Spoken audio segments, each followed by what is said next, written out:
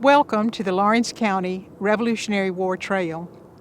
Almost 250 years ago, the American Revolution began. South Carolina had a major impact on the winning of that war, as did present-day Lawrence County. The Battle of Musgrove Mill was a turning point in the war.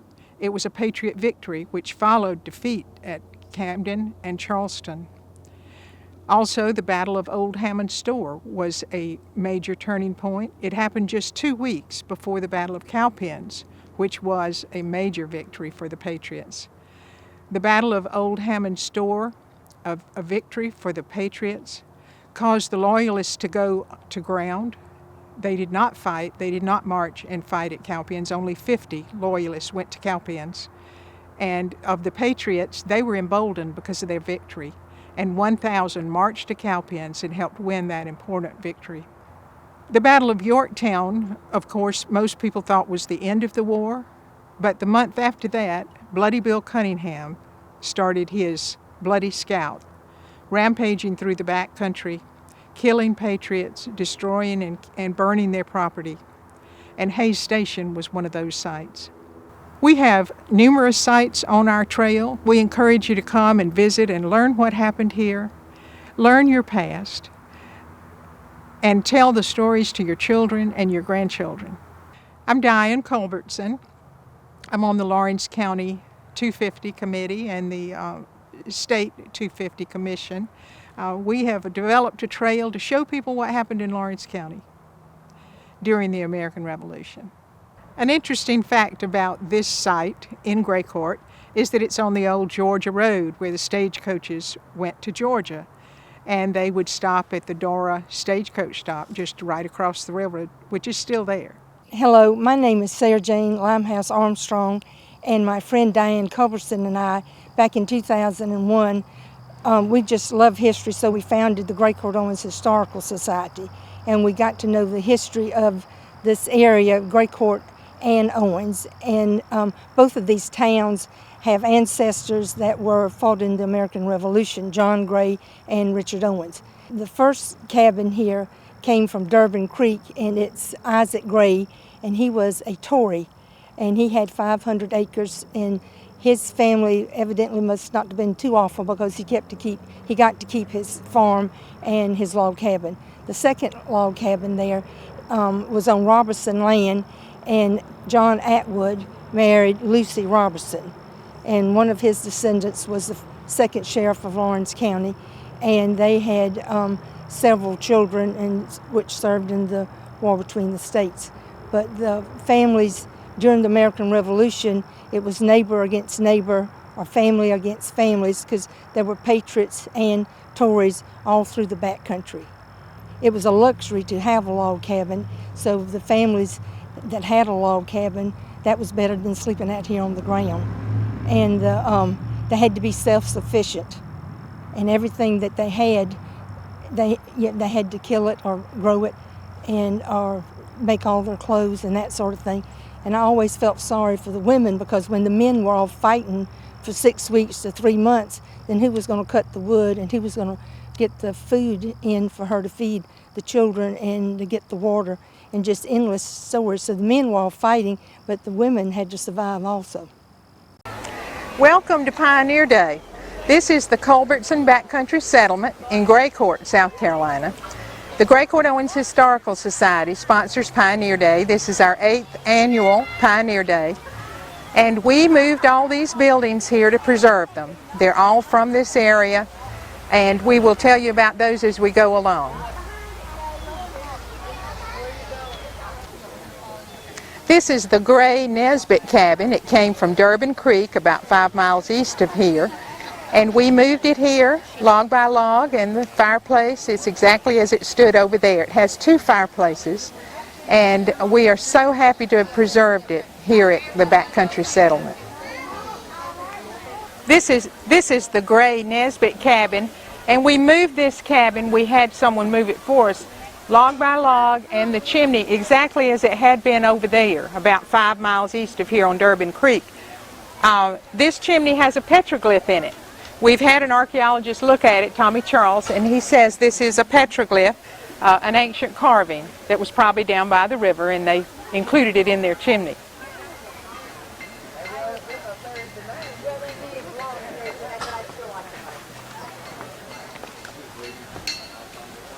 This is the Atwood Robertson cabin, and we are on the old Georgia Road. This road was the old wagon road and stagecoach road to Georgia. This cabin was just down this road underneath a two-story house, and we found it. We saw the two-story falling away, and that was the beginning of this settlement. There was nothing here, and we started with this cabin. We moved it totally volunteer. Our historical society took it down log by log. We marked each log beforehand and then put it back up. It took us about 6 years all told to do it. We have furnished it exactly as it would have been in 1790, and it's just been a labor of love. We did the mud chinking, our fingerprints are in it, and we have thoroughly enjoyed doing this and collecting and now sharing it with others. We love doing tours and preserving the past. That's our purpose, is to preserve the past so that we know who we are. This is the interior of the Atwood Robertson cabin. John Robertson came down from Virginia with his family, and he and Mr. Atwood built this house for John's daughter Lucy, who married John Atwood. This was just down the road on Georgia Road, and we're so happy to preserve this cabin. It's a 1.5 story Scotch-Irish with the front door and back door straight through, mud chinking. We actually cook in the fireplace. We have collected items, we have made items, we have ordered items to be as authentic as we can to the late 1700s.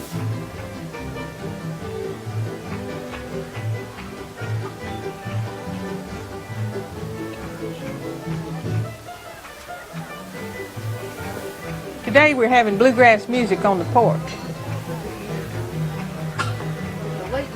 Can you get the steps? I should have those windows open upstairs. I tell them I'm going to turn on the light. I go up and open the windows. We made those candles that are hanging from the ceiling.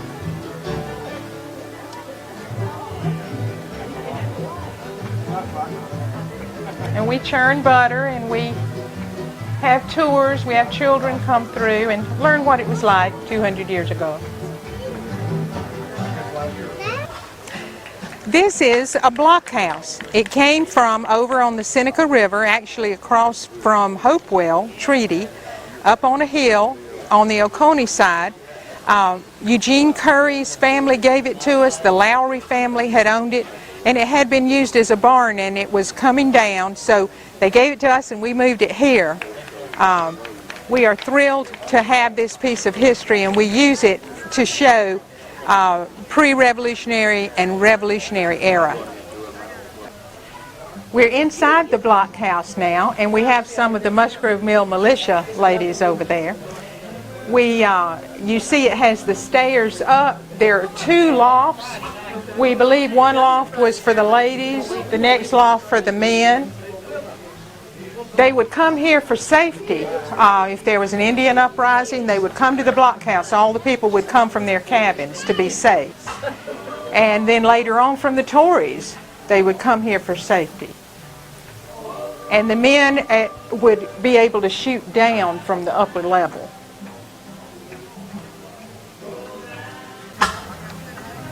We're on the east side of the blockhouse, and these logs, you can see the Roman numerals where they marked them 200 years ago as they were putting it together, or 250, so that they could put them in the right order. We have used as much of the old material as we could. We did have to replace some wood, but we're very thankful to have this blockhouse. This is the blacksmith shop. We moved it over here from the Barnett family's farm, and we moved it log by log, put it up, volunteer, all our historical society members. And we have inside the old blacksmith tools, the anvil, and the various other things. Many of the farms here just had a small brick forge to do their work. We're also having an art show on one side, and we have a blacksmith over here. We'll speak to him.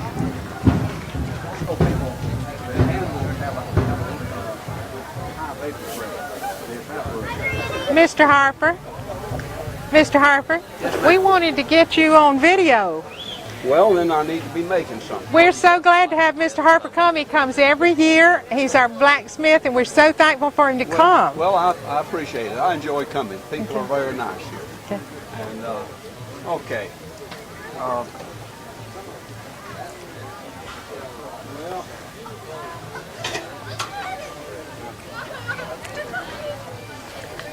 We'll get y'all in a few minutes. We're making the rounds. We're inside the church, Ora Old Fields Presbyterian Church, and we have the Sacred Harp Singers. They're here from several states doing shape note singing.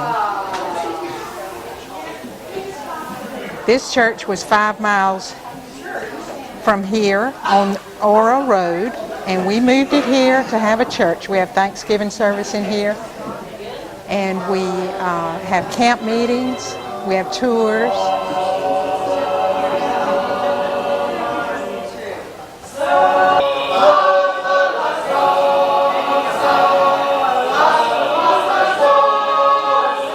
This is the Ora Old Fields Presbyterian Church. It was down on 221 between Lawrence and Ora. There used to be a church here. It was the Gray Court Presbyterian Church, or the Dora Presbyterian Church, but it had been taken down in the 40s, the congregation no longer attending. So we wanted to put a church back here, and one of our members, James Gambrell, had taken this one down. So he said, well, we could get it. So we moved it over here and put it up. We had pictures. We put it up exactly as it had been and used as much of the old material as we could. This is the old Gray Court Cemetery. Some people call it the Dora Cemetery because the first people who lived here were the Doras. It was called Doraville. They started the Presbyterian Church here.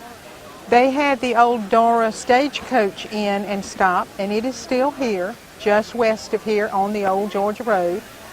The stagecoach would blow the horn to signal how many would be staying the night and staying to eat. There are Doras buried in this cemetery.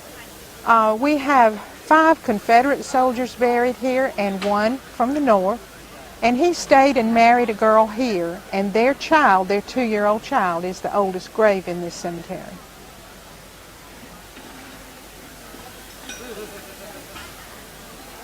This is the Piney Grove School. It was an African-American school in the Youngs community, just about 4 miles east of here.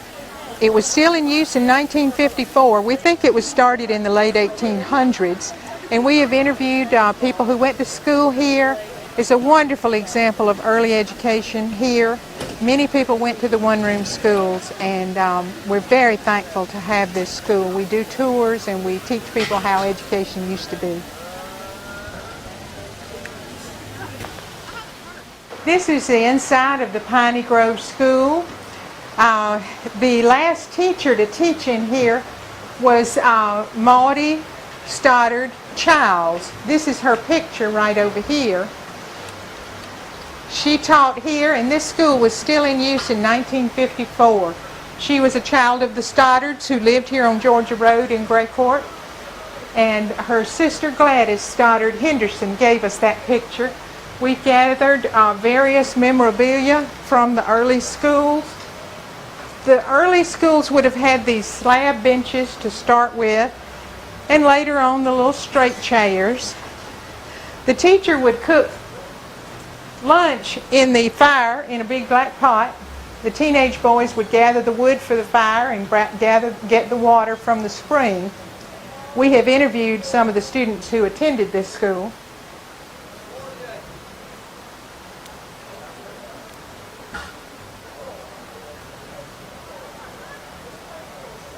This was up on a hill off Bramlett Church Road and Piney Grove School Road, and a tree had fallen over the end, and we were so thankful to get it moved over here and preserved, and we do use it for teaching early American education and African American education.